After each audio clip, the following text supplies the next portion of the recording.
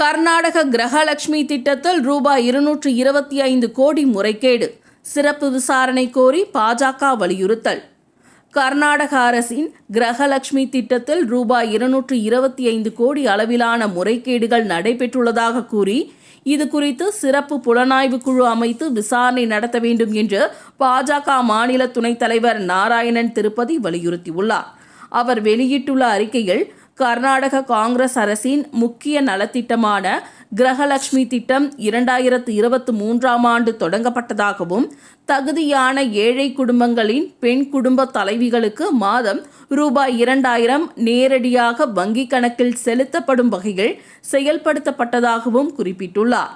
இந்த திட்டத்தின் கீழ் 1 கோடிக்கும் அதிகமானோர் பயனடைந்து வருவதாகவும் தெரிவித்துள்ளார்.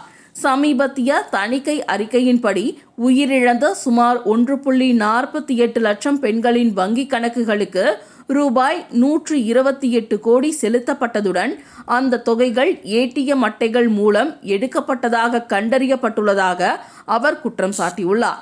மேலும் 19,000த்திற்கும் மேற்பட்ட பயனாளிகளின் கணக்குகள் ஒரே வங்கிக் கணக்குடன் இணைக்கப்பட்டு ரூபாய் 60 கோடிக்கும் அதிகமான தொகை பரிமாற்றம் செய்யப்பட்டுள்ளதாகவும், 9,000 வங்கிக் கணக்குகளுக்கு மீண்டும் மீண்டும் பணம் செலுத்தப்பட்டதாகவும் அவர் தெரிவித்துள்ளார்.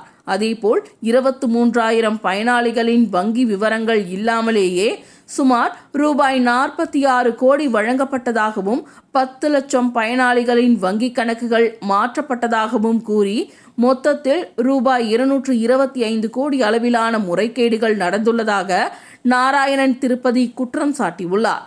இந்த விவகாரம் தொடர்பாக சிறப்பு புலனாய்வு குழு அமைத்து விசாரணை நடத்தி சம்பந்தப்பட்ட அதிகாரிகள் மற்றும் அரசியல்வாதிகள் மீது நடவடிக்கை எடுக்க வேண்டும் என்றும் அவர் வலியுறுத்தியுள்ளார். இது குறித்து கர்நாடக அரசு அல்லது காங்கிரஸ் கட்சியின் அதிகாரப்பூர்வ விளக்கம் வெளியாகும் பட்சத்தில் அதையும் கருத்தில் கொள்ள வேண்டும்.